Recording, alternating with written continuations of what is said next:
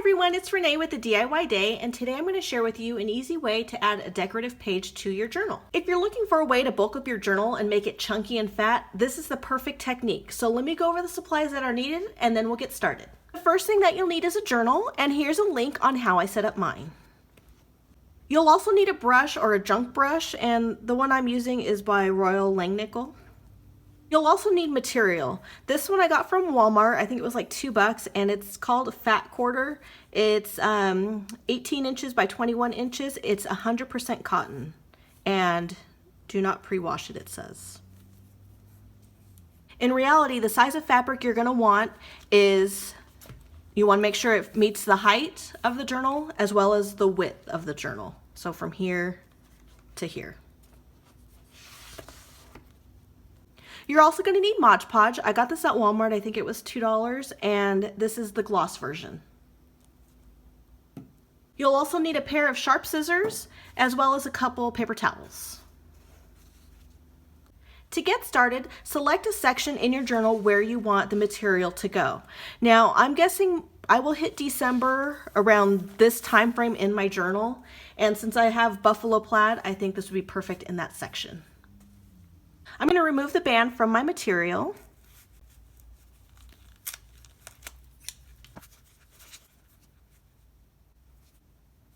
Something I forgot to mention about this project is because we're using the Mod Podge sealer, this side of the page as well as this side of the page will become wrinkly and a little bit crinkly. So if you don't like that look, I suggest not continuing on with the project. From here, let's lay out our fabric to get a better idea of the dimensions.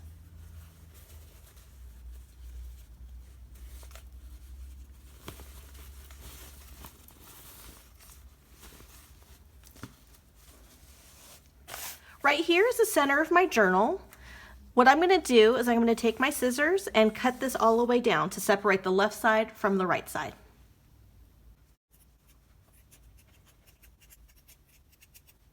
Here's my left half and here is my right half. I'm going to put the right half aside for now and just work on the left half first. I'm also going to trim the bottom portion of the material, but I'm going to leave an excess of about 1 inch, and we could trim that off later. Here's my cut up fabric for the left side, and as you can see, it's slightly larger than that of the page. Next, you're going to want to grab your Mod Podge and your brush. The Mod Podge does dry fairly quickly, so we're going to work in small sections. From here, I'm going to add some Mod Podge to my journal, and then I'm going to brush it around just on the top portion of the journal.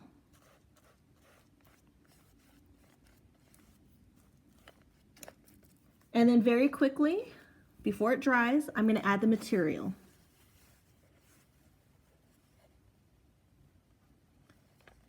And then press it down.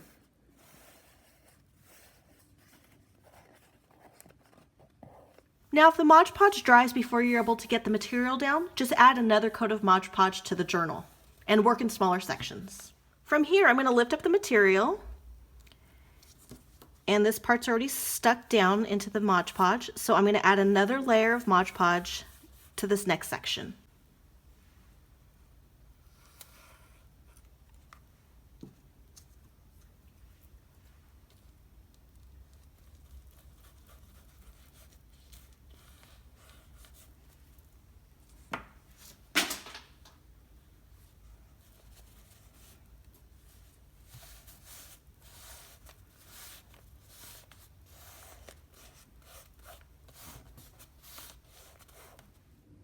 Don't be alarmed if the Mod Podge starts seeping through the material. That's okay, and we're going to end up putting a top layer anyway, so it's perfectly fine.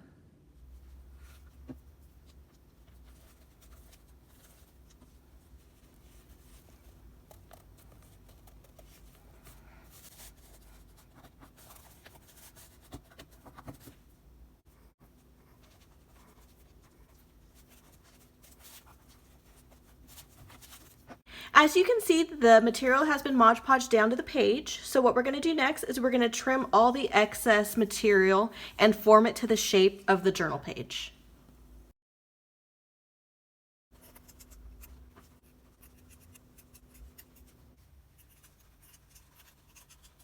Okay, here's my trimmed fabric. What I'm going to do now is I'm going to take my paper towels and place them behind the page. And the reason for that is because when I put the top coat on here, it kind of gets everywhere, so I'm protecting the other pages from getting the glue on them. So take your Mod Podge, put it directly onto the fabric, and make sure you get like all the corners everywhere.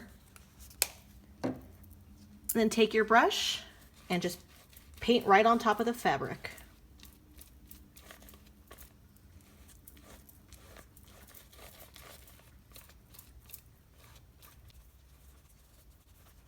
As the left side of the page dries, I'm going to follow the same exact technique to the right side of the page.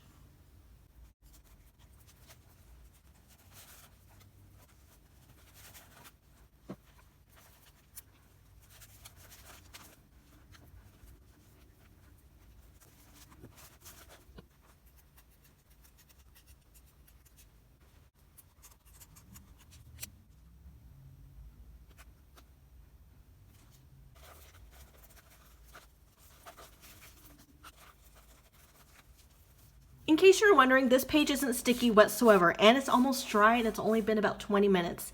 However, I would let it sit out open for about 24 hours just to make sure everything is completely dry, and so this page and this page don't stick together.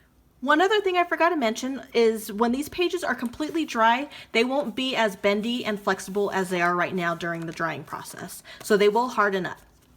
Some of you might be curious as to why I created a layout like this in my journal, and the reason for it is because during the holiday season I take a lot of pictures, and I thought this would be a cool place to display all those pictures, kind of like a corkboard. So I figured I could take my mini printer, my pocket printer, print a picture, and then stick some washi tape on it and display it here. Take another picture, put it here, or if we go to the movies or do something fun that's, festive, put tickets here. Just kind of a neat place to display things. And that is it. Thank you so much for following along on my composition book journaling episode number 3. Just a heads up, in my next video I will be doing a giveaway, so be sure to subscribe to my channel so you get those notifications. Thank you so much and have a wonderful day.